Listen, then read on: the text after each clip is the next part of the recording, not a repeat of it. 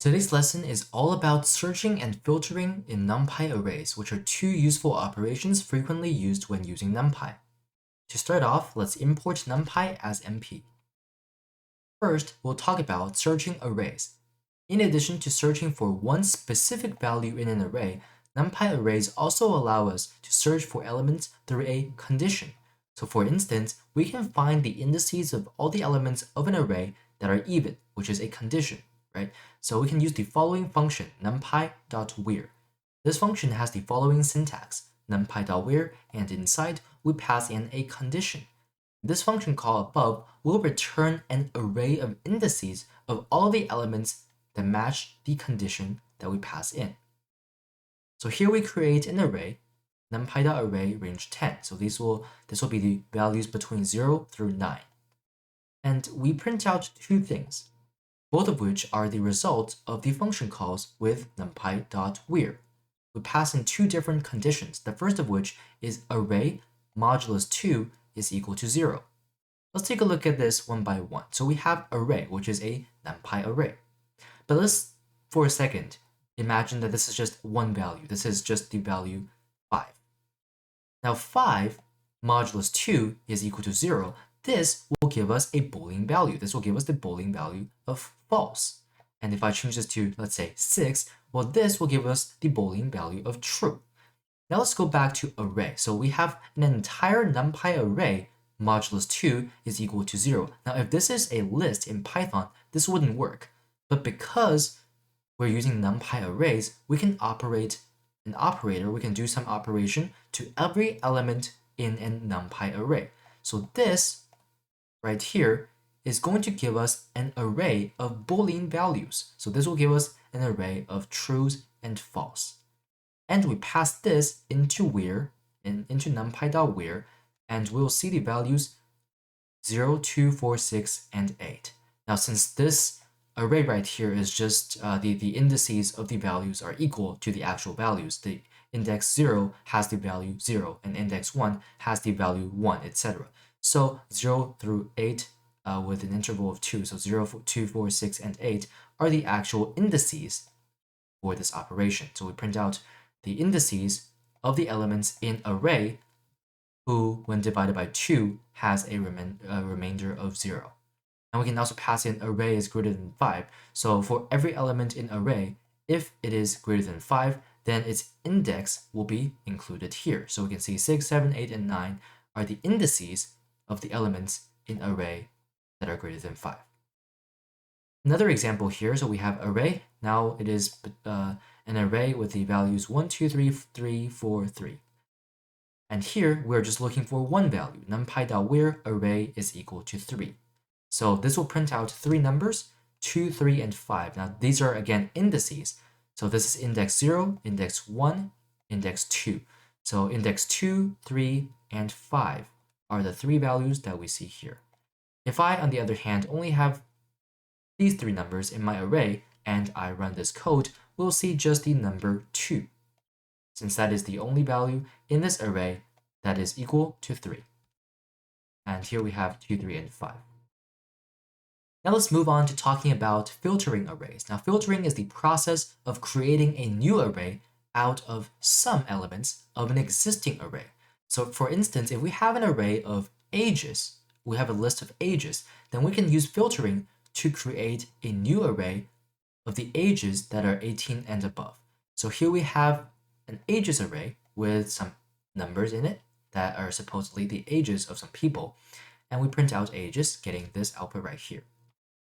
And here we use a variable called mask, which is equal to ages is greater than or equal to 18. Now this is very similar to what we did up here when we had array modulus 2 is equal to 0 or array is greater than 5. Notice how this is pretty similar. Array is greater than 5. And here we have an array that is greater than or equal to 18. The difference is that we're just assigning this to a variable called mask. This is called masking. And this will again be an array of booleans. So let's take a look at this again. So we have an array of Boolean values. So how are these determined? How do we know if it is false or true? So we can see the condition is ages is greater than or equal to 18. So NumPy will take a look at every element in this array. Is 7 greater than or equal to 18? No, which means we get false. Is 9 false? So we get false right here. All the way up to 19 here. Now 19 is greater than or equal to 18. So we get true on the 6th element of this array, I think. Something like that. And the elements after that are also all true because these numbers are all greater than or equal to 18.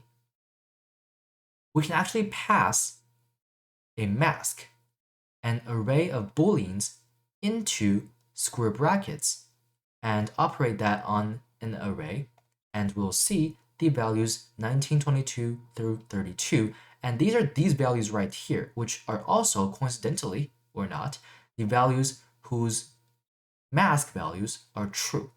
So when we pass a Boolean array to an array through square brackets, we're returning a new array from ages at the positions of ages when mask has the value of true. So everything in ages, if their corresponding position in mask is true, then that value, those values in ages will be included in the final output right here. And we can also combine the filtering process into just one line as we see right here. So if we just pass the mask into square brackets and we put it after ages, we'll see the exact same output as before. Now, sometimes we want to use the AND or operators in the conditions, so we can use the ampersand and the pipe operators. And here we can see there are also parentheses. Now these are important and we have to have them for the code to work. So we have ages and then we have square brackets. Inside the square brackets, we have two things. So we have one set of parentheses and another set of parentheses. The first set, ages, is greater than or equal to 18, and ages is less than 26. And in here, instead of typing out the word and as we're usually used to, in Python at least, so we'll actually put the ampersand sign right here.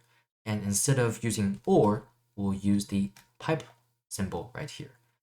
So what this is doing is we're looking at ages and we're filtering out only the values that are greater than or equal to 18 and less than 26. So these are the values between 18 and 26, including 18, but not including 26. So we get 19, 22, and 24. And here we're saying we want all the values in ages when ages is less than 18 or greater than or equal to 26. And we can see these are the values that are not between 18 and 26, basically. So these are just basically reverse of each other, if you will. Similarly, we also have an operator for the not keyword. So instead of writing not, we would put the tilde symbol right here. So the kind of the squiggly line right here. So we'll put ages, and then in square brackets, we have two conditions. The first of which is ages is greater than or equal to 18, and not ages is greater than or equal to 26. And we'll get these values right here. This is, by the way, equivalent basically to this line right here. Lastly, let's talk about the numpy.any and numpy.all functions. Now, these two functions determine whether any or all of the elements in an array evaluates to true with an optional parameter axis. We'll talk about what this means in a second. So here we have an array called scores with two small arrays inside of it, each of which contain a bunch of numbers. So let's pretend that this is a list of a class of two students, and these are these test scores of each of these students. This is student A and this is student B. And we print out scores and we create a mask called A. These are the values that are greater than or equal to 90, and we print out A. And we can see these are the original scores, and we can see these are the values representing whether each test score received an A on the test. If we say 90 and above are A's. So this is an A, this is an A, this is not an A, that is 84, that is a B, right? And we use any and all here to decide certain things. So numpy.any A, what this will do is it will look at all of the elements in here, and it will ask the question, are any of these, or sorry, it will look at this right here. It will ask the question, are any of these values true? Well, yeah, I see a true right here. That means this will give us the value of true. And we can see that right here. Here, we'll say numpy.any A, and then we pass in axis is equal to 0. What that means is we're looking through the first dimension, the first axis of this array, which means we'll look at this array right here and ask a question. Essentially, in each of these columns, between this number and this number, is there any value that is true? There is, so we get true. Between this value and this value, are there any of these values true? That is true. And then we go, this is again true, right? This is true and this is true. But we get to this number, or this value right here, false and false. Neither of these are true. So the question is going to have an answer of false, which is why we get false here. And again, we have a true here, a true here, a true here, and the last value in the first dimension, false, false, so we get false.